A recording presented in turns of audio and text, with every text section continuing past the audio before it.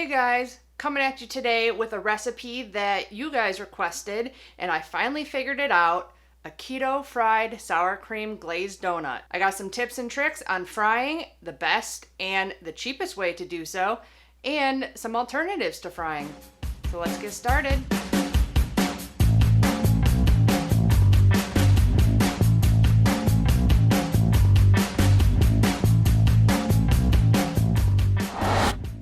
Welcome back everyone. If you're new here, my name's Alicia and I'm a sous chef with a sweet tooth. If you enjoy this content, please consider hitting the subscribe button down there, hitting the thumbs up, sharing with your friends who may have started the keto diet this year and would love to have some dessert recipes. Let's get started on this recipe. So I put all my dry ingredients together already. I sifted them and I'm whisking them all together. The trick to this recipe is the psyllium husk. It gives the bready texture of a donut. The coconut flour mixed with a little bit of unflavored protein powder actually makes these donuts only 1 gram of net carbs for a donut hole. I have a little bit of sweetener in here, some baking powder. So that's gonna be set to the side. You wanna do that first. I'm gonna mic my 3 tablespoons of butter. So to my 2 eggs, I have a little bit of vanilla extract and then 20 drops of a liquid stevia. That's going into my eggs. So we're gonna beat that up with the butter and 3 tablespoons of warm water. I'm gonna beat this up.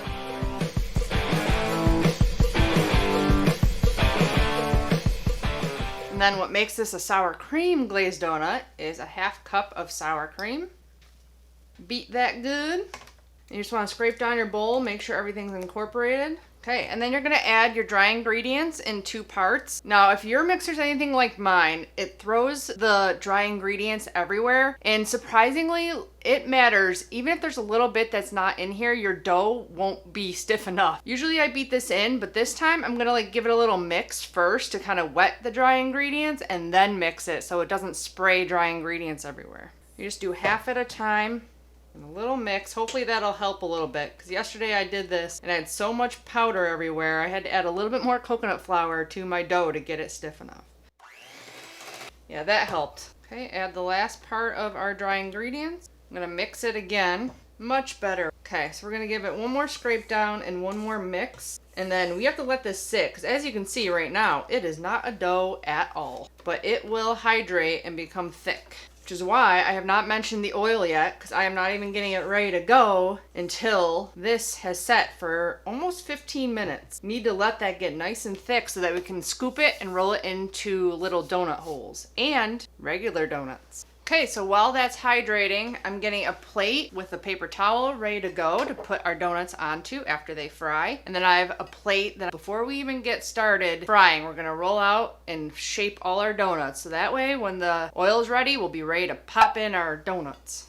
Okay, the dough has been resting and is now a thick dough. I have naturally refined coconut oil. I looked online to try and find like the best deal I could on like a big tub of coconut oil because I'm cheap and that's one reason why I didn't try doing the fried donuts in the first video. I have a baked sour cream glazed donut recipe. I'll link that up there if you don't want to fry at all. That's a great recipe. But I want to try to find the best deal on coconut oil I could. It turns out Walmart is the way to go. This tub of coconut oil is only $9.98 for 56 ounces. I got the refined, which is not as good for you, but it doesn't taste like coconut, and I'm not a huge coconut fan. But if you don't mind coconut, definitely use the unrefined virgin coconut oil, which is healthier for you.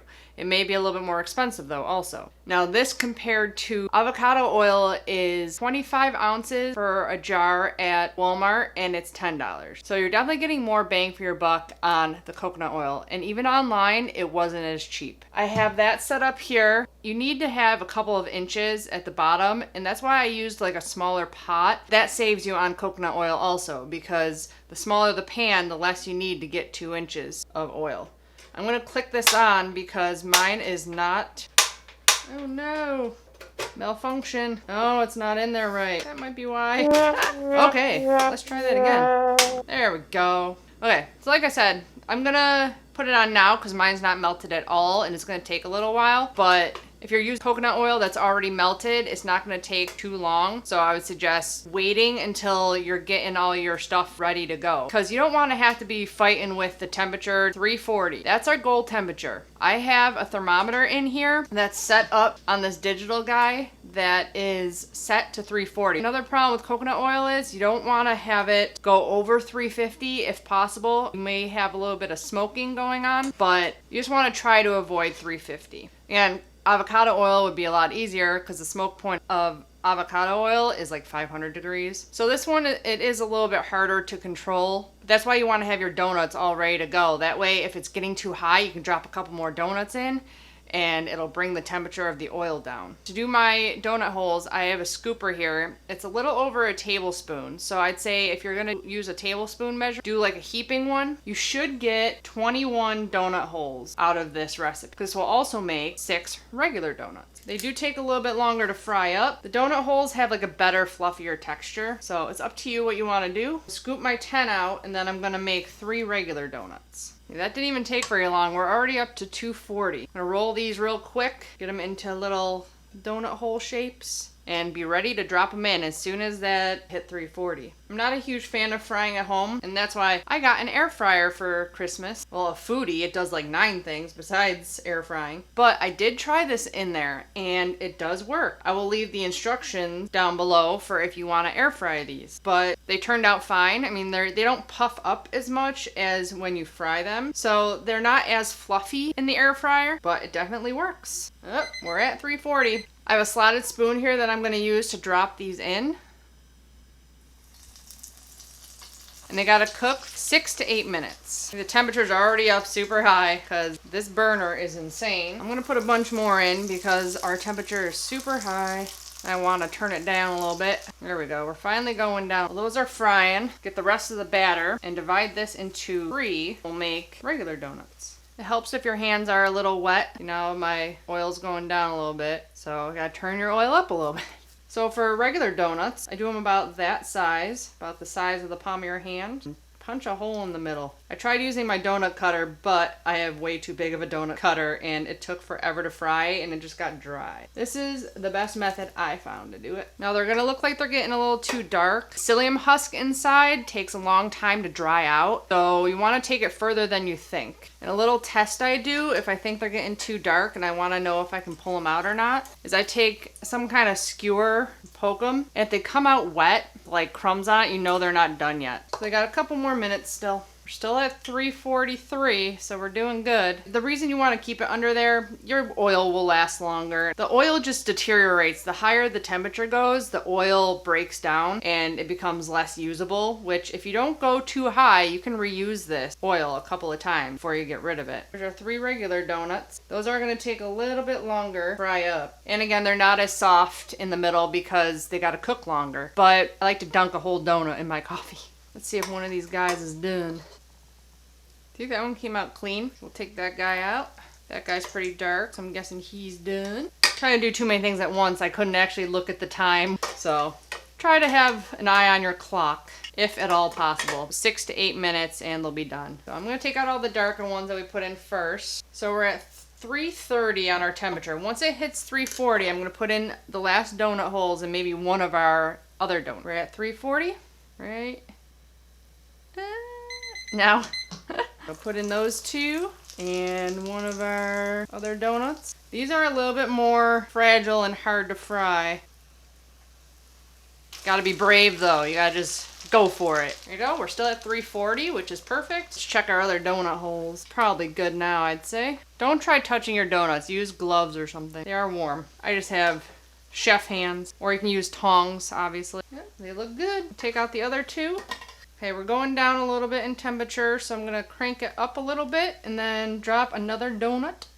The big donuts, you gotta kind of flip a little bit. The other guys, just give them a roll. We're at 340 again. I'm gonna put another donut in. I'm definitely gonna strain this through a coffee filter and a sieve into a bowl and reuse it for another donut session down the line. Okay, so our last donut holes came out. They only took 6 minutes. I actually timed them this time. These donuts do take a little bit longer, but they're almost there. A couple more minutes. I'm gonna get this back up to 340 and I'm gonna drop in our last donut. Then we just gotta let them cool and then we're gonna make the icing for them. Okay, so all our donuts are out of the fryer. Yes, they do look a little bit dark, but they are not burnt, I promise. But they are fully cooked inside and nice and soft and fluffy. Now it's on to making the icing for these guys. You're gonna want a drying rack on top of a sheet tray to catch any drips. I already sifted out powdered monk fruit sweetener. You can use any powdered sweetener. And if you don't have powdered, you can also use your coffee grinder or spice grinder and grind up granular monk fruit. And then I have 2 tablespoons of macadamia milk and 2 teaspoons of vanilla. They've been sitting out, but I am gonna give them a little blast in the microwave to warm them up, because you want your icing to be liquidy and runny, and if everything's cold, it's just gonna set up too quick. I also warmed up my bowl a little bit just to hopefully make this easier. It's pretty cold in my kitchen. I'm gonna pour in 2 tablespoons of melted butter. This is salted. I'm gonna add this in. I think the last time I did the donut recipe, it was warm in my kitchen, so this wasn't a problem. It has been a problem through all this testing I've been doing, so that's why I'm taking all these precautions. If it's during summertime, you should be fine with just, you know, keeping everything out at room temperature. You can see the streaks of the whisk in there. It's getting down to the right temperature, so we're gonna have to move quickly soon. Okay, so for the donut hole, dunk in, glaze, and onto your tray. You do want these cool. I think these last 2 that came out were a little warm. And then these guys, you can either dip like this and put on like that, or drizzle all over the top. Let it run down the sides a little bit. Okay, there you have your sour cream glazed donuts. Now I gotta let these dry completely, and I'm gonna grab myself a cup of coffee so I can dunk some of these in some coffee. Okay, so the donuts are dry. I got my nice cup of hot coffee here, and I want to show you the texture of these big guys.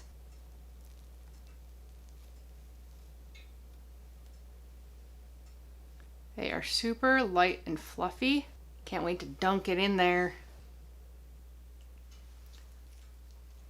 Man, are they good. It's very reminiscent of Tim Hortons sour cream glazed donut, even though I haven't had one in almost a year now. So that's the thing, you don't really remember it. So come pretty darn close and it's like you're eating a sour cream glazed donut. It is delicious. Well, I am super excited to bring you this fried sour cream glazed donut recipe. It is delicious, and if you want to do it in the air fryer, it only takes about 11 minutes. You have to do 2 batches, but I'll leave those instructions down below. I hope you find this video helpful. If you enjoy this video, please consider hitting the subscribe button, liking, and sharing with all your friends. And I'll be back with many more keto dessert recipes. Bye, guys.